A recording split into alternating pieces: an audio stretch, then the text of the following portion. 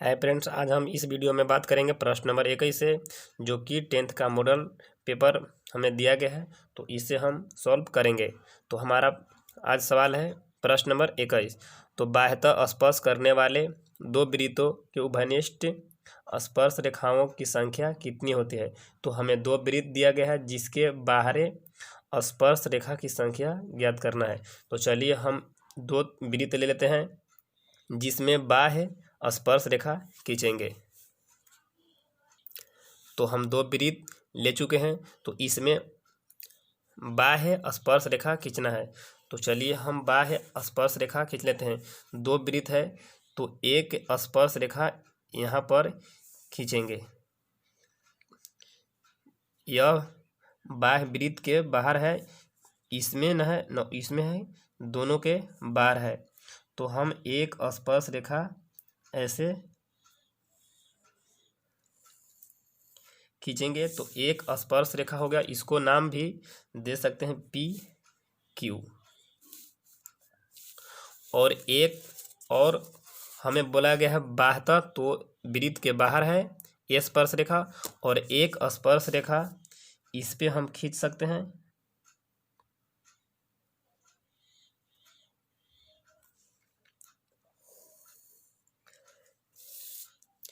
इसको आप नाम दे सकते हैं एम एन। तो दो वृत्त स्पर्श रेखा हुआ और एक स्पर्श रेखा हम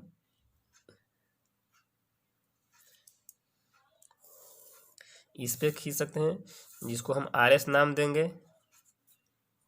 तो कितनी स्पर्श रेखा खींच सकते हैं। तो हमारा आंसर होगा कि 3 स्पर्श रेखा खींच सकते हैं।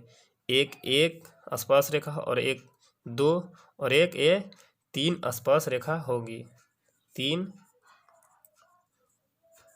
स्पर्श रेखा होगी। तो चलिए ऑप्शन हम देख लेते हैं। तो ऑप्शन हमारा सी सही होगा। तो चलिए आगे हम बढ़ते हैं प्रश्न नंबर 22। तो दी गई आकृति में पीए और पीबी वृत्त की स्पर्श रेखाएं हैं। यदि ए पी ओ बराबर 30 डिग्री, ए पी ओ बराबर 30 डिग्री, तो हमें 30 डिग्री इसमें होगा, तो इसमें दिया गया। तो चलिए हम एक अगल से चित्र बना लेंगे और 30 डिग्री इसमें लिखेंगे, क्योंकि हमें प्रश्न में दिया गया है ए पी ओ बराबर 30 डिग्री। तो ए पी ओ बराबर 30 डिग्री, न कि O P B 30 degree. A P O बराबर 30 डिग्री, तो ए पी ओ तो इसमें 30 डिग्री होगा। और ए ओ पी का मान ज्ञात करना है। जैसे ए ओ पी, इसका कोण हमें ज्ञात करना है। तो चलिए हम एक अगल से चित्र बना लेते हैं। तो हम अलग से एक चित्र बना चुके हैं। तो हमें बोला गया कि ए पी ओ बराबर 30 डिग्री, ए पी ओ यहाँ ओ लिखेंगे। ए पी ओ बराबर 30 डिग्री, तो हम 30 लिख चुके हैं। तो हम ए बी एक व्यास है और ए ओ त्रिज्या है। तो हम जानते हैं कि त्रिज्या पर स्पर्श जो लंब डालता है, तो यहाँ पर त्रिज्या पर लंब होती है। तो वृत्त की त्रिज्या पर स्पर्श रेखा त्रिज्या पर लंब होती है। तो हमें बोला गया पी ए और पी बी वृत्त की स्पर्श रेखा पी ए और पी बी, ये दोनों स्पर्श रेखा है। तो हम जानते हैं कि त्रिज्या पर वृत्त की स्पर्श रेखा लंब होती है। तो लंब यानी 90 डिग्री होगा। तो ए कोण 90 होगा, तो हम ए कोण आसानी से निकाल सकते हैं। तो हम जानते हैं कि त्रिभुज में 3 कोणों का योग 180 डिग्री होता है। तो हम ए पी और ओ में चलेंगे। त्रिभुज ए ओ पी में, तो कोण ए प्लस कोण पी प्लस कोण ओ बराबर 180 डिग्री होता है। त्रिभुज में तीनों कोणों का योग। तो ए के मान हमें दिया गया है 90 प्लस पी के मान 30 प्लस कोण ओ बराबर 180।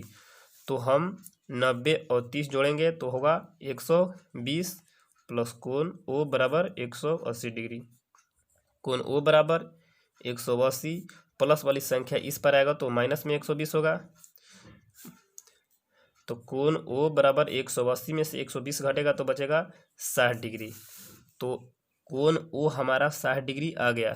तो हमें पूछ रहा था ए ओ पी, ए ओ पी, जिसमें बीच का कोण होता है वही कोण होगा। तो लिखेंगे कोण ए ओ पी, ए ओ पी बराबर कितना होगा 60 डिग्री। तो लिखेंगे 60 डिग्री। तो चलिए ऑप्शन हम देख लेते हैं। ऑप्शन नंबर सी हमारा सही होगा, 60 डिग्री है। तो चलिए आगे हम प्रश्न नंबर 23 बढ़ते हैं। तो 23 नंबर प्रश्न में हमें बोला गया कि यदि दो वृत्त एक दूसरे को कभी नहीं काटते हैं तो उभयनिष्ठ स्पर्श रेखा की संख्या कितनी होती है। तो चलिए हम दो वृत्त बनाएंगे जिसमें देखेंगे जो काटता नहीं है तो कितनी स्पर्श रेखा हो सकती है। तो हम दो वृत्त बना चुके हैं। तो बोल रहा है कि एक दूसरे को कभी नहीं काटते हैं, तो ये वृत्त अपने आप में कभी नहीं काटते हैं तो कितनी स्पर्श रेखा हो सकती हैं। तो चलिए हम इस केंद्र से इस वृत्त पर एक स्पर्श रेखा खींचेंगे।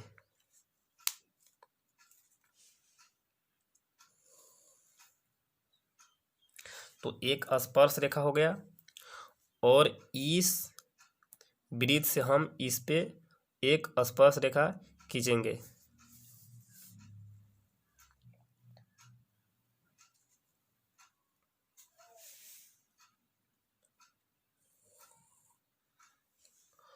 और आगे हम इस वृत्त से इस वृत्त पर एक स्पर्श रेखा खींचेंगे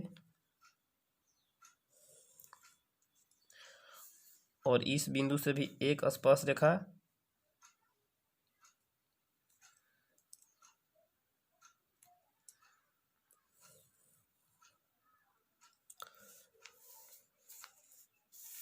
तो देखेंगे कि कितनी स्पर्श रेखा होंगे। तो एक स्पर्श रेखा ए और एक स्पर्श रेखा ए, तो 2 और 1 3 और एक स्पर्श रेखा 4। तो कितनी स्पर्श रेखा होंगे, तो 4 स्पर्श रेखा होंगे। तो ऑप्शन हमारा डी सही होगा। तो चलिए आगे प्रश्न नंबर हम बढ़ते हैं 24।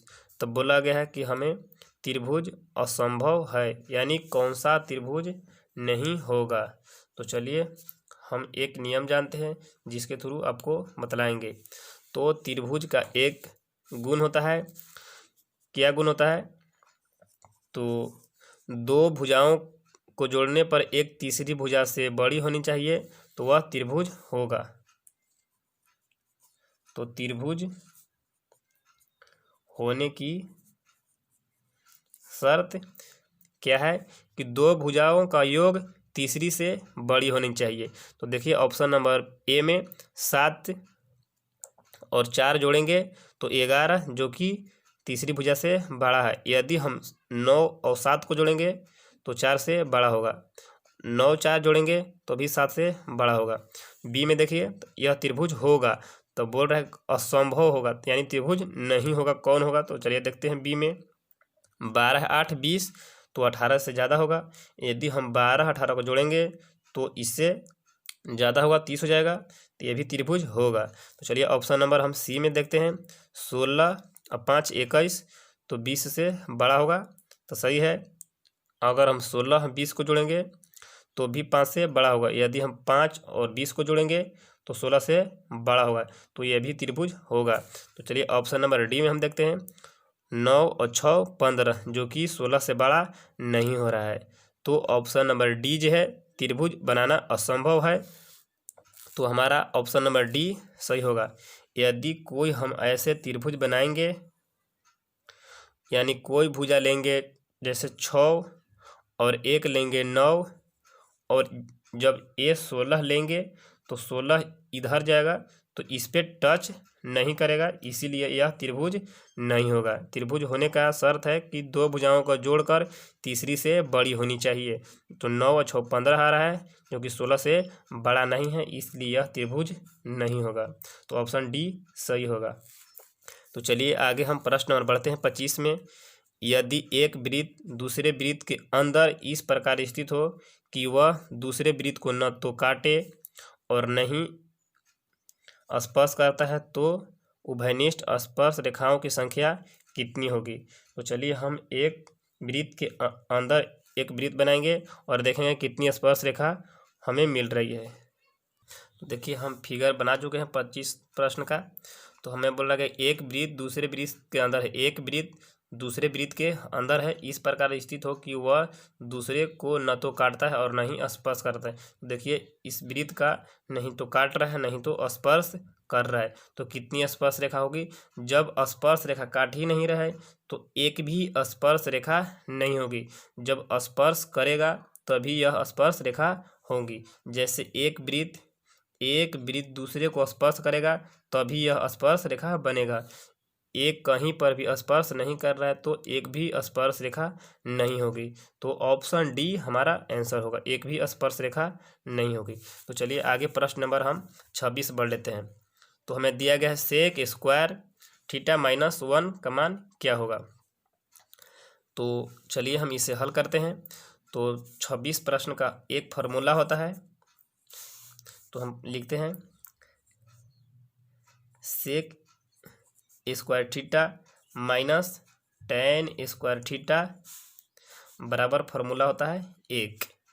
सेक square theta -tan square theta बराबर फार्मूला होगा 1। तो हमें बोला गया है सेक स्क्वायर थीटा -1। तो देखिए इसको हम एक को प्लस में इस पर लेंगे तो माइनस में होगा, जैसे ए है इसको बनाएंगे तो सेक स्क्वायर थीटा प्लस वाली संख्या इस पर आएगा तो -1 और बराबर माइनस में tan स्क्वायर है तो इधर प्लस में जाएगा tan स्क्वायर थीटा। तो सेक स्क्वायर थीटा -1 बराबर फार्मूला होता है tan स्क्वायर थीटा। तो हमें बोला गया है सेक स्क्वायर थीटा बराबर सेक स्क्वायर थीटा -1 का मान क्या होगा। तो सेक स्क्वायर थीटा -1 बराबर होगा tan स्क्वायर थीटा। तो ऑप्शन नंबर सी हमारा सही आंसर होगा।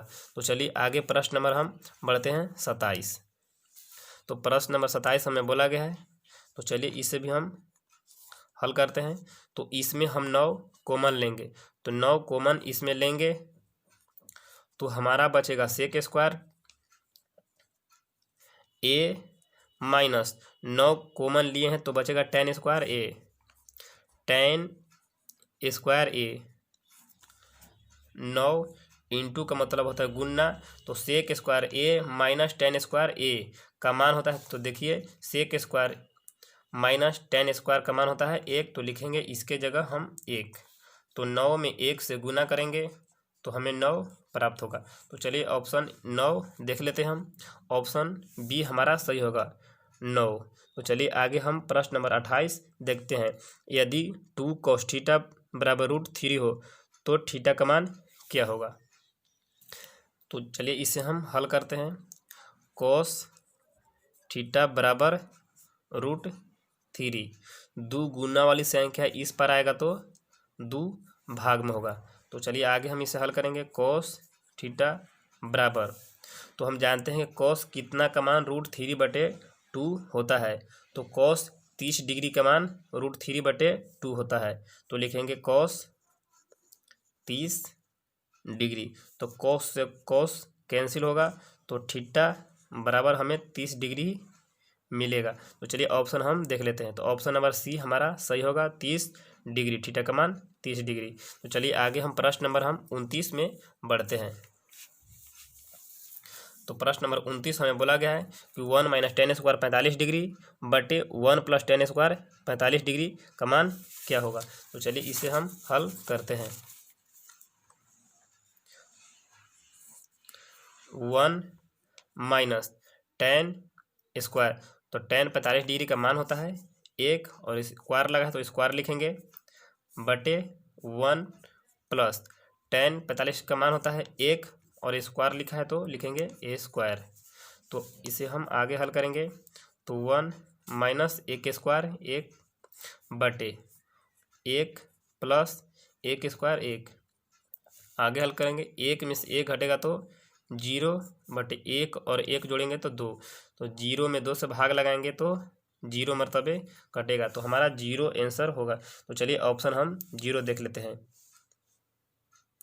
तो ऑप्शन नंबर डी में सही होगा 0 डिग्री, यानी 0 होगा, 0 डिग्री नहीं होगा। तो आगे प्रश्न नंबर 30 दिया गया है, यदि tan थीटा बराबर 8/15 तो cos थीटा का मान क्या होगा। तो चलिए हम इसे भी हल करेंगे।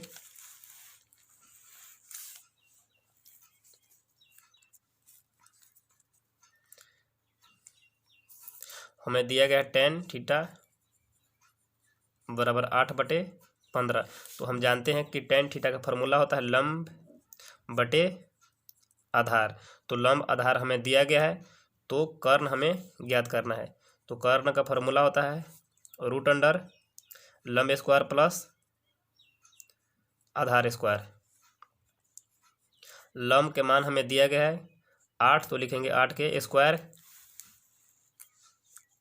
प्लस आधार का मान हमें दिया गया 15, तो लिखेंगे 15 के स्क्वायर। 8 के स्क्वायर 64 प्लस 15 के स्क्वायर 225। 225 और 64 जोड़ेंगे तो 289, और 289 का वर्गमूल होगा 17। तो हमें कर्ण प्राप्त हुआ है 17। तो आगे हमें प्रश्न बोला गया है कि कॉस थीटा का मान क्या होगा। तो चलिए हम कॉस थीटा का मान ज्ञात करते हैं। तो लिखेंगे कॉस थीटा बराबर, तो कॉस को फॉर्मूला होता है आधार बटे कर्ण। तो लिखेंगे कॉस थीटा बराबर आधार बटे कर्ण। तो आधार हमें दिया गया है 15, तो लिखेंगे 15 बटे कर्ण हमें निकल चुका है 17, तो लिखेंगे 17। तो हमें कॉस थीटा का मान निकल गया 15/17। तो चलिए ऑप्शन हम 15/17 देख लेते हैं। तो ऑप्शन नंबर सी हमारा सही है 15/17। तो आगे हम हल करेंगे प्रश्न नंबर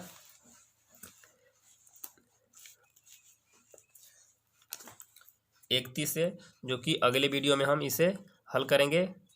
तब तक के लिए धन्यवाद।